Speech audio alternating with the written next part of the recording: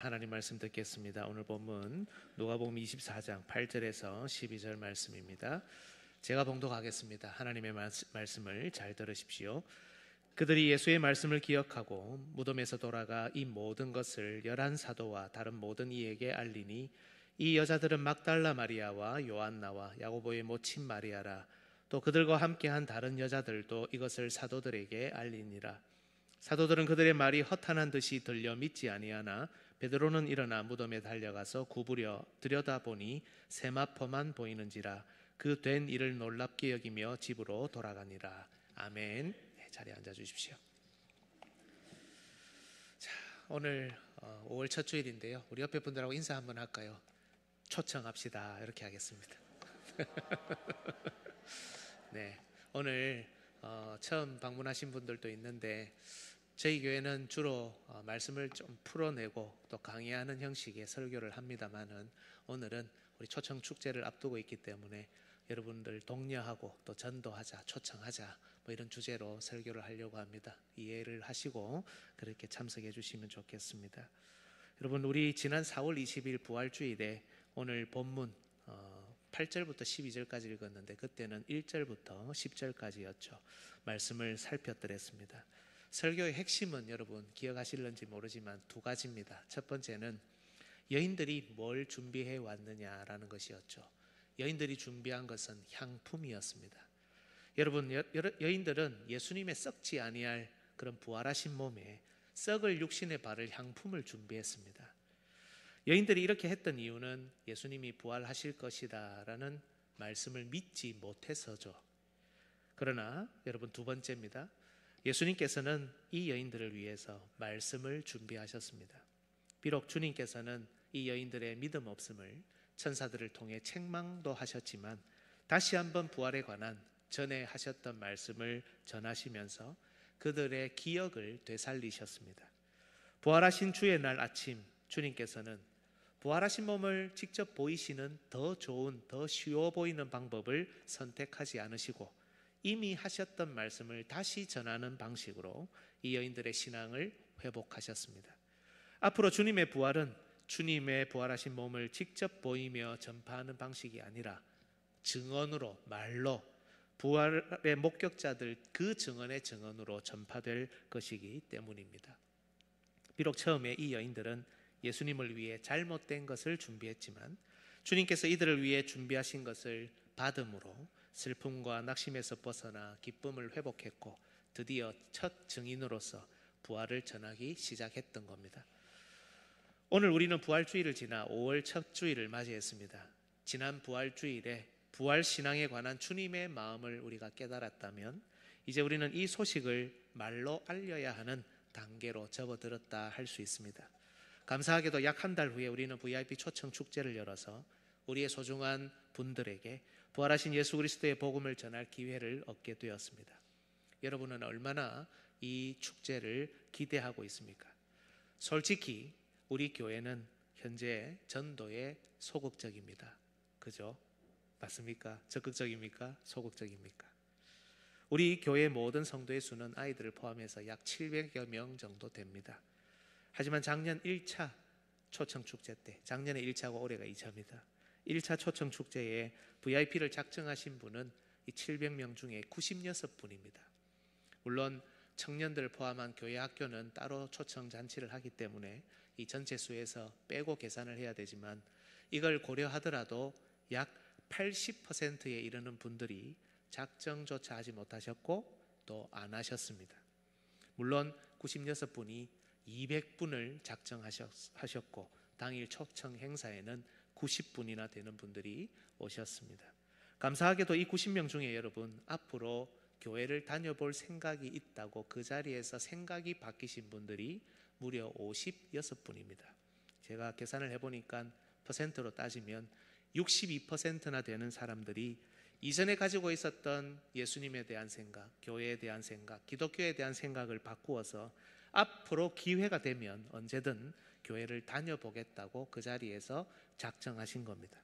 여러분, 이건 정말 놀라운 수치입니다. 언젠가 때가 되면 하나님이 이분들을 부르실 때 그분들 상당수가 자신이 발걸음을 옮겨왔던 우리 교회를 떠올리면서 응답하지 않겠습니까?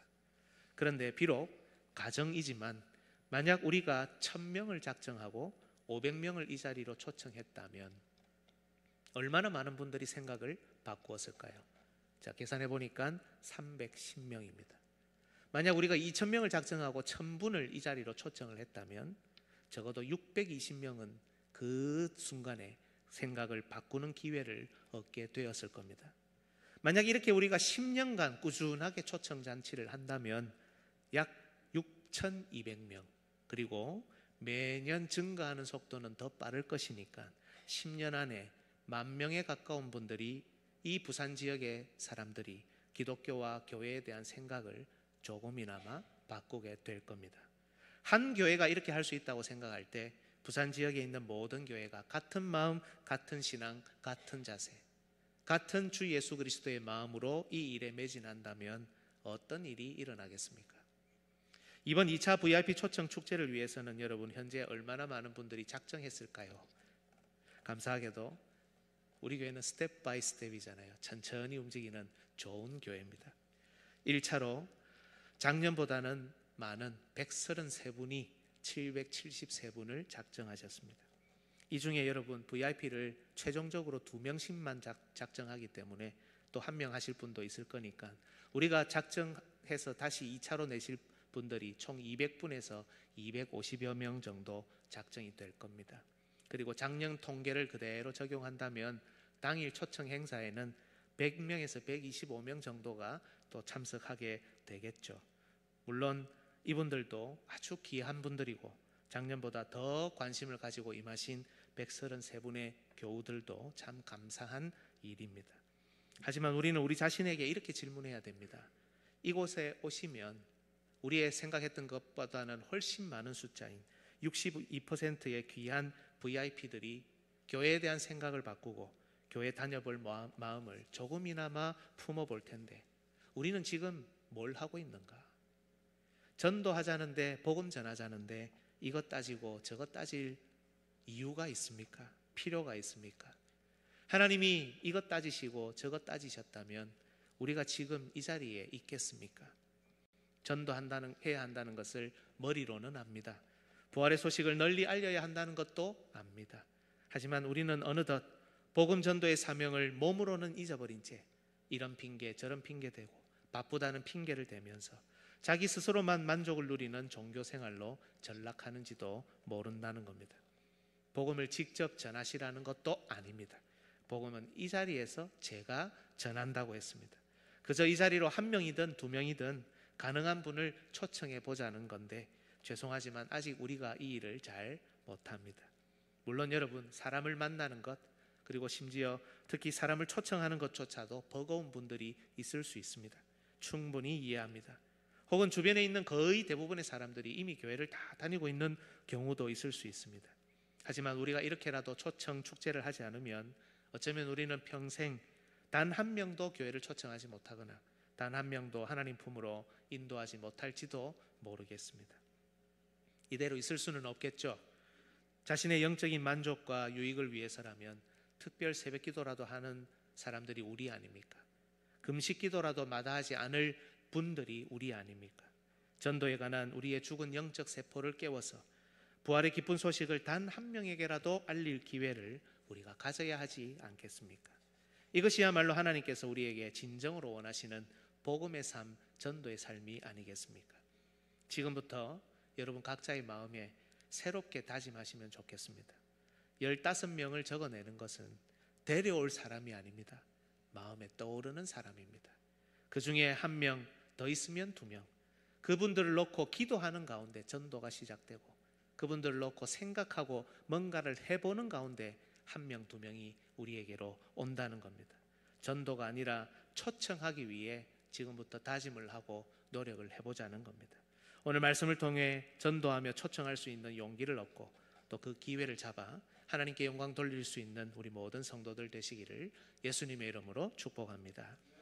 지난 시간에 여러분, 부활하신 주님이 여인들에게 먼저 나타나시는 방법을 선택하지 않고 천사를 통해 말씀을 전해주셨다는 것을 살폈습니다. 오늘은 이 말씀을 들은 여인들이 제자들에게 소식을 전하며 예수님을 만나러 오게 하는 과정을 살피려고 합니다. 이 과정을 보면 한 사람이 어떻게 전도되고 또 신앙생활을 시작하고 하나님께 나아가게 되는지 그 과정을 볼 수 있어서 그렇습니다. 여러분, 먼저 화면을 한번 볼까요? 부활하신 예수님이 만난 사람들의 항목입니다. 이 순서는 또 이 사복음서를 잘 연구해 보면 좀 매치가 안 되는 부분도 틀렸다는 말이 아니라 잘 이해가 안 되는 부분도 있기 때문에 이 순서는 조금씩 다를 수 있습니다. 여러분들 인터넷에 자료를 검색하시면 대동소이하게 이 정도 다 나옵니다. 첫 번째 만난 분은 막달라 마리아입니다. 그리고 예수님이 두 번째로 만난 분들이 다른 막달라 마리아와 함께 왔던 여인들이죠. 그리고 성경을 보면 베드로를 예수님이 따로 만나셨습니다. 그리고 오늘 본문 다음에 누가복음 24장 뒷부분을 보면 엠마오로 가는 두 제자에게 예수님이 나타나셔서 설명하시죠. 그게 네 번째입니다. 그리고 도마가 없는 상태에서 10 제자들이 두려워서 저녁에 문을 꽁꽁 끌어 잠그고 숨어 있는데 그 가운데 예수님이 딱 나타나시죠. 그게 다섯 번째입니다.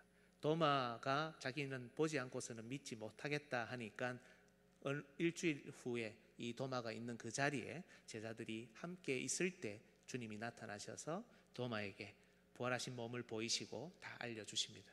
그리고 이 제자들 중에 7사람이 부활하신 주님을 다 만났는데요, 보기도 보았는데요, 자기의 삶의 터전 디베랴 호수로 그냥 가서 고기 잡으러 갑니다.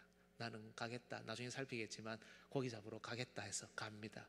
그때도 예수님이 나타나셔서 그들을 위로하시죠. 그리고 11 제자들이 드디어 갈릴리에 예수님께서 지시하신 산으로 꾸역꾸역 올라옵니다. 이게 마태복음 28장에 있는 소위 대위임령이라는 그 부분인데요, 여러분 이때 예수님이 승천하신 거 아닙니다. 그건 갈릴리에, 북쪽 갈릴리에 있는 어느 산에서 일어난 일이고, 예수님이 승천한 어디서 하십니까? 예루살렘 바깥에, 남쪽 예루살렘 바깥에 감람산에서 하시죠, 그죠? 그래서 마태복음 28장은 승천하기 전 내용이 아니고 예수님이 따로 이들을 불러 올리셨던 내용이고, 나중에 다시 내려오셔서 제자들과 40일 가량, 이 전체 기간이 40일입니다. 40일을 보내시고 이제 예루살렘 바깥 감람원에서 승천하시게 되죠. 이게 8번째입니다.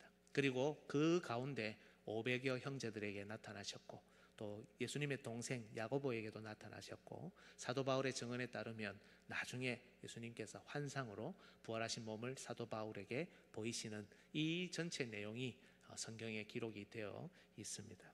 여러분, 이 순서를 잘 보면 어떻습니까? 여인들에게 가장 먼저 나타나셨지만 주님의 관심은 누구에게 있습니까? 제자들에게 있습니다. 그리고 제자들이 8번 갈릴리의 그 산으로 오게 하는 그 일에 주님의 관심이 집중되어 있다는 것 우리가 알 수 있습니다. 여러분, 부활하신 예수님께서는 막달라 마리아를 비롯한 여인들에게 먼저 나타나셨습니다. 이미 천사를 통해 말씀으로 또 그리고 직접 나타나셔서 그 부활의 몸을 보이심으로 여인들의 기억을 되살리셨고 제자들에게 부활의 소식을 전하게 하셨습니다. 그래서 방금 우리가 살폈던 대로 갈릴리로 제자들이 어쨌든 오도록 예수님이 만드셨죠. 이 구절을 한번 보겠습니다. 마태복음 28장 7절입니다. 같이 한번 읽어볼까요? 또 빨리 가서 그의 제자들에게 이르되 그가 죽은 자 가운데서 살아나셨고 너희보다 먼저 갈릴리로 가시나니 거기서 너희가 배우리라 하라. 보고 보라, 내가 너희에게 일렀느니라 하여거늘. 네, 이 천사가 전해준 내용입니다. 먼저 갈릴리로 가시니 너희가 거기서 볼 것이다, 예수님을 뵐 것이다, 이렇게 이야기를 하죠. 갈릴리로 가라고 이 소식을 여인들로 하여금 제자들에게 전하도록 그렇게 하시죠. 그 다음 10절에 보면 이 길에 여인들은 또 예수님을 만납니다. 이에 예수께서 이르시되 무서워하지 말라. 가서 내 형제들에게 갈릴리로 가라 하라. 거기서 나를 보리라 하시니라. 예수님이 또 직접 말씀하시고 보이심으로 이걸 전하도록 그렇게 하시는 겁니다. 여러분, 사실 가장 먼저 무덤으로 왔던 여인들 얼마나 믿음이 좋습니까? 그런데 이 여인들조차도 주님이 부활하셨다는 사실을 믿는 것은 쉬운 일이 아니었습니다. 요한복음을 보면 막달라 마리아는 부활하신 예수님을 직접 보고 있는데도 그분이 예수님인 줄 알았습니까? 몰랐습니까? 몰랐습니다. 보고 있으면서도 몰랐습니다. 요한복음 20장 14절 같이 한번 읽겠습니다. 시작. 이 말을 하고 뒤로 돌이켜 예수께서 서 계신 것을 보았으나 예수이신 줄은 알지 못하더라. 아멘. 또 마가복음을 보면 이 여인들은 천사를 통해 주님의 부활 소식을 듣고도 두려워서 처음에는 아무에게도 말하지 못했습니다. 마가복음 16장 8절 여자들이 몹시 놀라 떨며 나와 무덤에서 도망하고 무서워하여 아무에게 아무 말도 하지 못하더라. 여러분, 부활을 믿는다는 것, 우리 생각에 주님 만나면 다 믿을 수 있을 것 같고 다 이해할 수 있을 것 같이 생각하지만, 부활을 믿는다는 것, 심지어 부활하신 주님을 만난다는 것은 정말 두려운 일이고 쉽사리 믿기도 어려운 일입니다. 하지만 예수님께서는 천사들과 더불어서 여러 차례 여러 상황에서 부활의 소식을 전하고 여인들에게 나타나심으로 결국 여인들의 입을 통해 제자들에게 이 소식이 전해지게 인도하신 겁니다. 그렇다면 여러분, 제자들은 어떠했을까?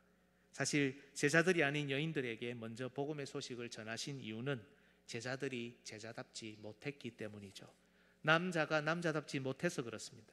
무덤에 가장 먼저 온 사람은 무서워서 문을 꽁꽁 걸어 잠그고 숨어 있는 사람, 자기 고향으로 돌아간 바로 그 제자들이 아니라 믿음의 여인들이었습니다.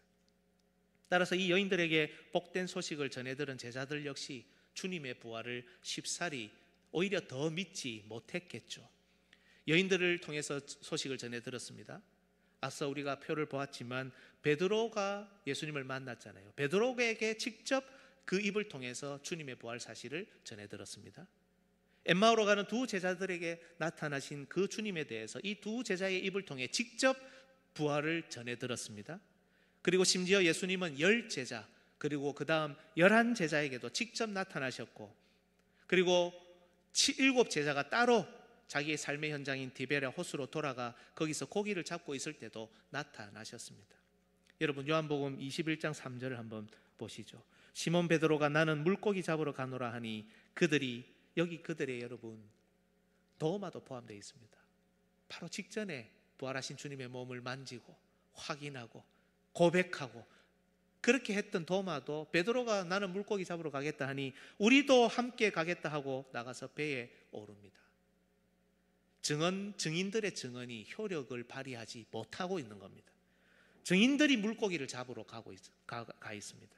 아니, 예수님이 직접 보이시고 딱 나타내셨는데도 이들에게 기쁨과 확신은 즉각 생기지 못했습니다. 결국 꾸역꾸역 주님께서 계속 이렇게 시루시고 다루시고 해서 갈릴리 그 산에 올랐는데도 예수님께서 대위임령이라는 그 사명을 주시는 바로 그 현장에서도 여전히 의심하는 사람들이 있었습니다. 마태복음 28장 16절 17절 11제자가 갈릴리에 가서 예수께서 지시하신 산에 이르러, 여러분들이 읽어주십시오. 예수를 배웠고 경배하나 아직도 의심하는 사람들이 있더라. 예수님을 보고 경배하고, 이게 처음 나타나신 것도 아닙니다. 수차례 듣고 수차례 보고, 호수에서 고기를 잡을 때 주님께서 그 음식을 해서 위로하시고 격려하시면서 이렇게 품어주시기도 하고 온갖 방법을 통해서 다 알려주셨는데 지금 예수님을 보고 경배하면서도 의심하는 사람이 있었습니다. 주 안에서 사랑하는 여러분, 이 모든 과정을 한번 한 사람의 인생이라고 생각하고 신앙의 여정이라고 생각하고 한번 들여다보십시오. 우리가 어느 한 사람에게 복음을 전하고 그가 신앙의 여정을 시작하는 그 모습과 정말 닮아 있습니다. 여러분, 우리가 초청하고 복음을 전하는 사람들 중에는 다음 시대에 우리 예수 그리스도의 신실한 제자가 되어서 교회와 복음 그리고 하나님 나라를 책임질 사람도 있을 겁니다. 그죠? 설령 우리에게 직접 복음을 들은 그 사람은 이제 중년의 나이를 넘기고 또 노년이라서 직접적으로 그렇게 하시지는 못한다 하더라도 그의 자녀 혹은 그 자녀의 자녀는 충분히 다음 시대를 책임질 예수 그리스도의 제자로 등단할 수 있습니다. 여러분, 우리는 10대 전부터 20대 전부터 예수를 믿었습니까? 불과 길어야 여기 계신 분들 중에 가장 신앙의 연수가 긴 분이라 할지라도 4대째, 5대째를 넘지 않습니다. 우리나라에 복음이 들어와서 대가 흘러간 게 그 정도밖에 안 되는 겁니다. 그런데도 우리 하나님께서는 상한 갈대 같고 꺼져가는 등불 같은 우리 선조들에게 생명의 복음을 공급하셨고 비록 지금도 여전히 부족한 우리이지만 우리가 우리 시대의 교회와 하나님 나라를 책임질 수 있는 사람으로 불러 세우신 겁니다.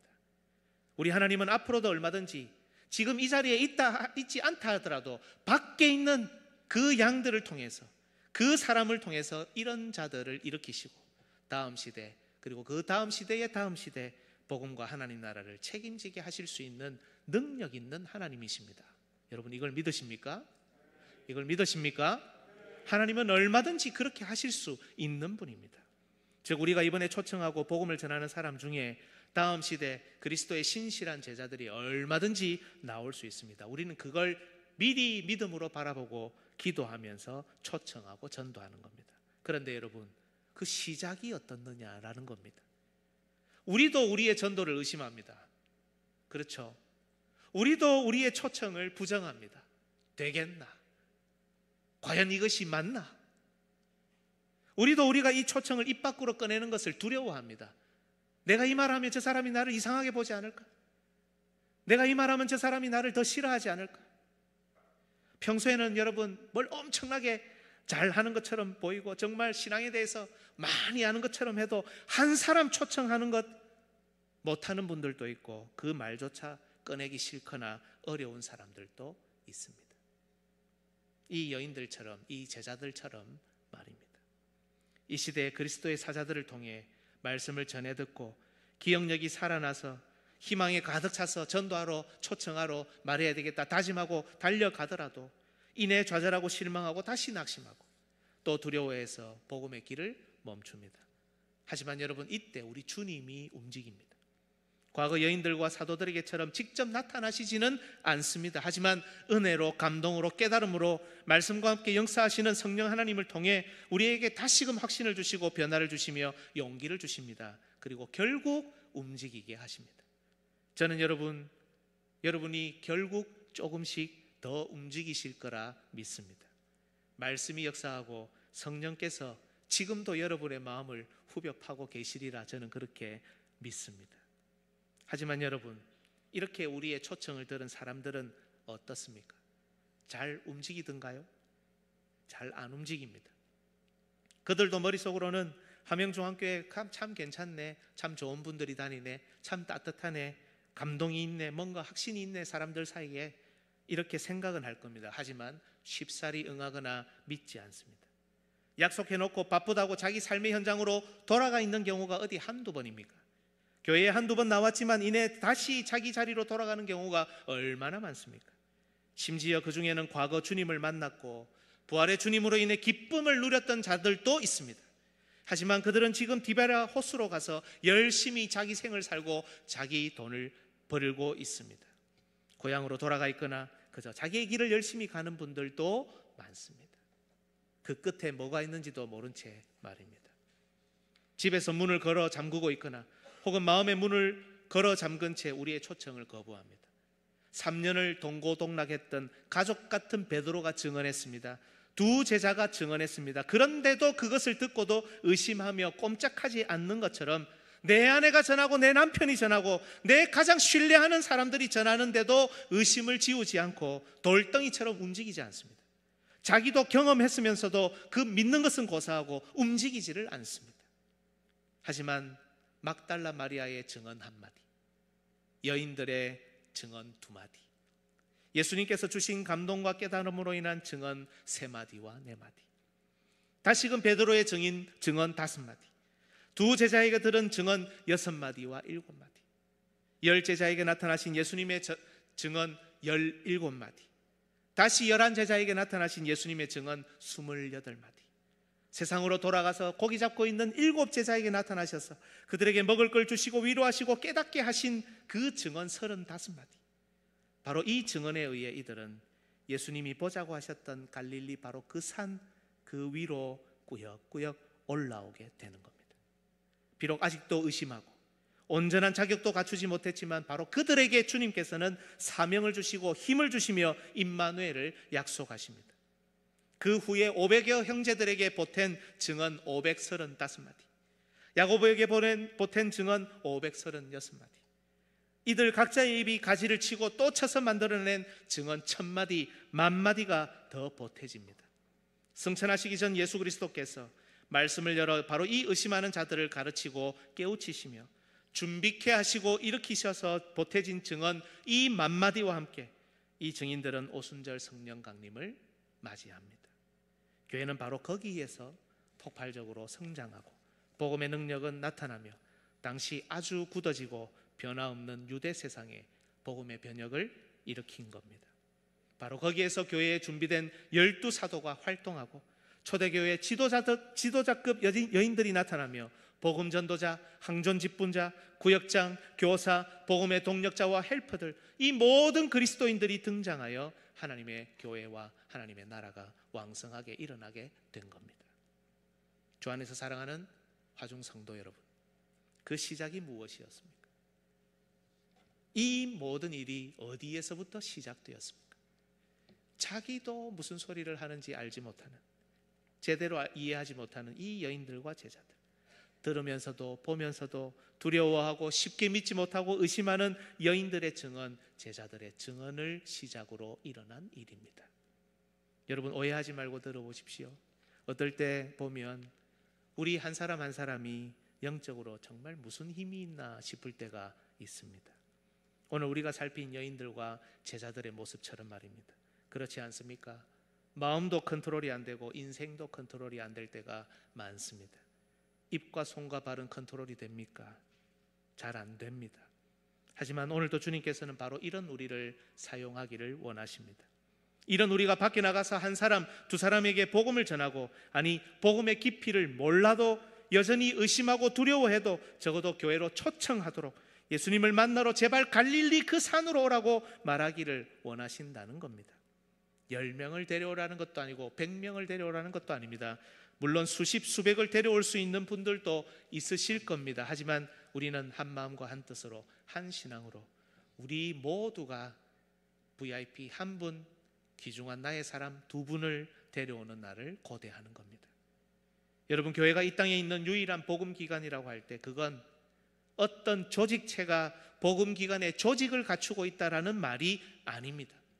교회의 구성원인 우리들, 교회로 모인 우리들이 비록 연약한 여인들이고 두려워하는 남자들이며 집에 문을 걸어 잠그고 두문불출하는 안전뱅이와 같은 사람들이고 마음을 여전히 열지 못하는 병든 사람들이며 여전히 의심하고 여전히 잘 믿지 못하는 어리버리한 구성원이지만 바로 이 구성원 모두가 강단을 중심으로 누구든 초청할 수 있고 전도할 수 있는 기관이라는 뜻일 겁니다. 지금도 늦지 않았습니다. 아직 한 달이나 남았습니다. 부활하신 주님께서 역사하실 시간은 충분합니다. 우리가 마음을 바꾸고 기도하는 가운데 내 마음에 떠오르는 사람 하나 찾을 시간 충분합니다. 여러분, 여기에 적는 게 무슨 능력이 있을까 싶죠. 여기에 그 내 사랑하는 가족들 이름 하나 적는 게 뭘 역사를 일으킬까 싶죠. 한번 해보십시오. 이 이름을 적어서 하나님께 올려드림으로 내 마음을 하나님께 올려드리고 그들을 향한 나의 사랑을 다시 한번 확인하고 그들을 위해 눈물로 기도하고 그렇게 하면서 복음 전도는 시작하는 겁니다. 의심하기도 하고 두려워하기도 하고 해도 실패할 때도 있겠지만 말입니다. 방금 말씀드렸듯이 어쩌면 우리 대부분은 이 초청에 이번에도 실패할지도 모릅니다. 우리의 초청받은 그 미래의 제자들, 그들의 그 의심병이 어디를 가겠습니까? 하지만 한마디가 두마디 되고 나중에 그것이 천마디 만마디가 되고 하나님께서 결정적으로 부르실 때 응답하는 통로가 될 거라는 겁니다. 서두에도 말씀드렸듯이 한 교회가 10년 동안 10,000명의 생각을 조금이나마 바꿀 수 있다면 그 교회는 복음기관으로서 100년은 거뜬히 아름답게 서 있을 겁니다. 일단 여러분, 딱 10년만 복음 전합시다. 평가는 그때 가서 합시다. 다음 10년은 그때 가서 생각합시다. 10년 동안 복음 전하기 위해 초청이라도 하기 위해 오늘 첫 발을 내딛기를 축복합니다. 마음에 떠오르는 1명, 2명, 15분을 여기에 적어서 없으면 없는 대로 1명뿐이면 1명뿐인 대로 여기에 적고 여러분 기도합시다. 기도하자고 적는 겁니다. 예수 그리스도께서 움직이실 겁니다.